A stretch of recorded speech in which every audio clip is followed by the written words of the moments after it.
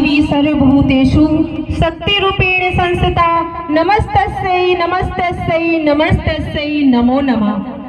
मंच पर आसीन आदरणीय सम्मानीय अतिथिगण एवं यहाँ पर उपस्थित सभी हमारे देवतुल्य भाइयों, आत्मीय बहनों, मातृशक्ति स्वरूपा यहाँ पर उपस्थित सभी दिव्य शक्तियों को सभी को मैं सादर प्रणाम करती हूँ, नमन वंदन करती हूँ। आज हम सभी का परम सौभाग्य है कि इस हिंदू महामंच पर हमें एकत्रित होने का सौभाग्य प्राप्त हुआ। आज हम यहाँ पर संघ का शताब्दी वर्ष जो प्रेरणा का क्षण है वह हम मनाने यहाँ पर उपस्थित हुए हैं। पिछले 100 वर्षों में संघ ने यह सिद्ध कर दिया कि समाज में परिवर्तन किसी एक व्यक्ति से नहीं बल्कि संगठित समाज शक्ति से आता है। डॉक्टर हंगेवार जी ने कहा था, व्यक्तित्व निर्माण ही राष्ट्र का निर्माण है। आज इस शताब्दी वर्ष में हमारा दायित्व है कि हम इस संकल्प को और व्यापकता दें। सशक्त व्यक्ति ही सशक्त परिवार बना सकता है और सशक्त परिवार ही सशक्त समाज का निर्माण कर सकता है और सशक्त समाज ही सशक्त राष्ट्र का निर्माण करेगा।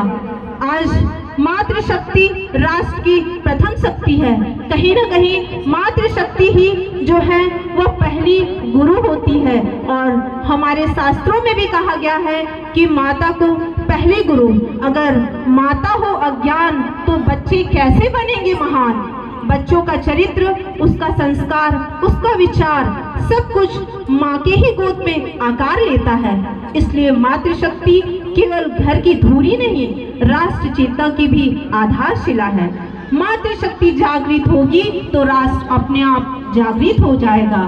मातृशक्ति के मुख्य दायित्व आज की परिस्थिति में अगर हम देखें तो आज संस्कारवान पीढ़ियों का नव निर्माण करना हमारी माताओं के हाथ में मुख्य भूमिका है। तो आज प्रश्न उठता है कि हमारी माताएं कैसे संस्कार को, अपनी संस्कृति को बचा करके रखें और आने वाली पीढ़ी में संस्कारों का बीजारोपण करें। तो आज हम इस आधुनिकता के दौर में अगर अपनी संस्कृति और अपने संस्कार को बचाना चाहते हैं तो इसके लिए हम मातृशक्ति सामने आए और अपने दायित्व कर्तव्य बोध का निर्वहन करें। इसके लिए हम गर्भ में पल रहे और आने वाली जो हमारी पीढ़ी, जो हमारी माताएं जिन्हें जननी का रूप कहा गया है, तो वो कहीं ना कहीं गर्भ में ही पले बच्चे का संस्कार करवाने के लिए आगे बढ़ें। गर्भ संस्कार के माध्यम से हम आने वाली पीढ़ी को संस्कारवान कर सकते हैं। साथ ही हमारे बच्चे, हमारे घर परिवार में हम बच्चों में समयबद्धता, अनुशासन, सत्य, सुचिता, कर्तव्य निष्ठा ये मूल्य पर ही हम संस्कार का विकास कर सकते हैं। आज इस मोबाइल और इंटरनेट के युग में बच्चों को संस्कार और संयम का मार्ग दिखाना मातृशक्ति की बहुत बड़ी भूमिका हो गई है। तो आज हमें इस युग में, मोबाइल के युग में, इंटरनेट के युग में अपने आप को भी बचा करके, संवार करके और अपने बच्चों को एक नई दिशा देनी है। तो इसके लिए हम क्या कदम उठाएं, यह प्रश्न उठता है हमारी मातृशक्ति के साथ। तो हम परिवार को सशक्त बनाएं। परिवार को सशक्त बनाना हमारा पहला संगठन है। परिवार में हम संवाद, प्रेम, अनुशासन और परस्पर सहयोग का वातावरण बनाते चलें और यह काम हमारी माँ ही कर सकती है, हमारी मातृशक्ति ही कर सकती है। टूटते परिवार के दौर में माताओं का धैर्य और नेतृत्व परिवार को जोड़ने की शक्ति देता है। आज वह समय आ गया है कि हमारी माताएं पूरी धैर्यवान बने और अपने नेतृत्व करते हुए और अपने समाज में आगे बढ़े। आज समाज में जीवन की जो सक्रिय भागीदारी हमारी मातृशक्ति निभा रही है।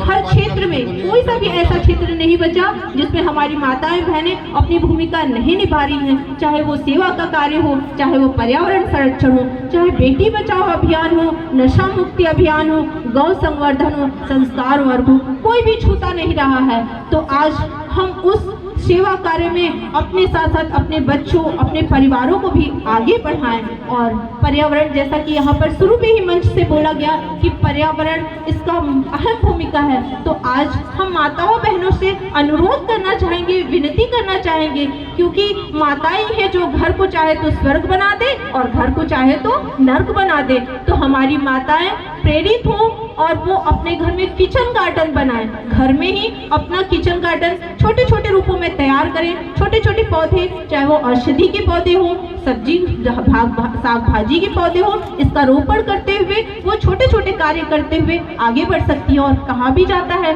कि स्नेह स्नेह परिवर्तन ही विकास करता है। जब हम छोटे छोटे परिवर्तन से आगे बढ़ते हैं और अगर हम अपने घर में नए परिवर्तन के साथ आगे बढ़ते हैं तो वह घर हमारा स्वर्ग की ओर आगे बढ़ता है। तो हम पर्यावरण पे विशेष महत्व दें। और आज हम बढ़ते प्रदूषण को देख रहे हैं, जिसमें ट्रिपल पी, पेड़ पानी प्रदूषण, और प्रदूषण में सबसे गंभीर प्रदूषण है प्लास्टिक प्रदूषण। तो हम अपने से संकल्प लेकर इस प्लास्टिक को दूर करें। जब हम स्वयं से उठ करके इससे थोड़ा थोड़ा दूरी बनाते चलेंगे तो एक दिन देखेंगे कि हमारा ये राष्ट्र, हमारे ये जो समाज है वो प्लास्टिक मुक्त हो जाएगा। तो इस पे भी हमें बहुत पहल करने की आवश्यकता है। आगे अगर हम देखते हैं तो राष्ट्र चेतना का संचार, हम अपने बच्चों को भारत का गौरवशाली इतिहास बताएं, अपने बच्चों को हम इतिहास के बारे में पढ़ाएं, उसके लिए जागरूक करें। हम बताएं आज हम आज़ादी का आज हम आज़ाद देश में और स्वतंत्र हैं तो उसके पीछे कितनी कुर्बानियां हुई। आज हमारे बच्चे इंटरनेट, मोबाइल, सारी चीज़ों को देख रहे हैं, लेकिन वो पिछले इतिहास को कहीं ना कहीं भूलते चले जा रहे हैं। तो हम उन इतिहास को हर दिन याद दिलाएं कि कैसे हमें आज़ादी मिली है, कितने बलिदान हुए हैं, कितनी समस्याओं का सामना करना पड़ा है, कितनी कठिनाइयों से आज हम इस स्वतंत्र देश में रह रहे हैं। तो इसका हमें एहसास कराना बहुत ही जरूरी है, जो हमारी मातृशक्ति ही कर सकती है। आज इस शताब्दी वर्ष में मातृशक्ति का क्या संकल्प हो, तो एक संकल्प हो, वो है हर घर में एक संस्कार हो। अपने घर में हम प्रतिदिन कम से कम 5 मिनट से 10 मिनट संस्कार का समय जरूर अपने बच्चों को परिवार के साथ हम शाम की संध्या भजन करें, आरती करें और हम आपस में बैठ करके एक दूसरे से संवाद प्रेम पूर्वक बातें करें, एक दूसरे के दिन भर की दिनचर्या को जानें और कुछ अच्छे साहित्य का स्वाध्याय करें और एक दूसरे को उसके बारे में बताएं। हमारा बच्चा जो है वो एक कौशल है। एक बच्चे का अगर हम नवनिर्माण करते हैं तो हम राष्ट्र में एक महत्वपूर्ण भूमिका लाते हैं। हम अपने बच्चे में किसी न किसी कौशल को बढ़ाने में माँ की महत्वपूर्ण भूमिका होती है। तो उसकी प्रतिभाओं को हम जाने समझे और उसी प्रतिभा को निखारें हम, क्योंकि हर व्यक्ति में ईश्वर ने एक अद्भुत प्रतिभा दी है। हमें उसे परखने की और जानने की जरूरत होती है और एक माँ ही होती है जो उस प्रतिभा को पकड़ लेती है। तो आप उनकी प्रतिभाओं को निखारें और देश में, राष्ट्र में अपने बच्चों को एक महत्वपूर्ण स्थान दें। मातृशक्ति और महिला शक्ति जो होती है वो आपस में बैठक करें, सद्विचार, सद्ज्ञान, सच्चर्चा करें। आज हम बैठ रहे हैं लेकिन कहीं ना कहीं जो मोबाइल है, रील्स है, हमारी माताओं को भी वो दूर करते चला जा रहा है आपसी प्यार से, आपसी सहकार से।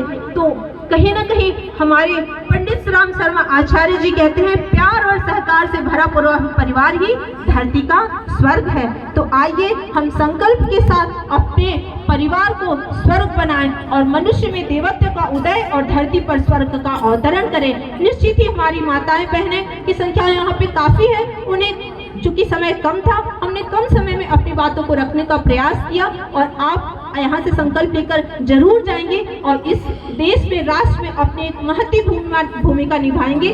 बहुत बहुत धन्यवाद। बोले भारत माता की, वंदे वंदे, जय हिंद।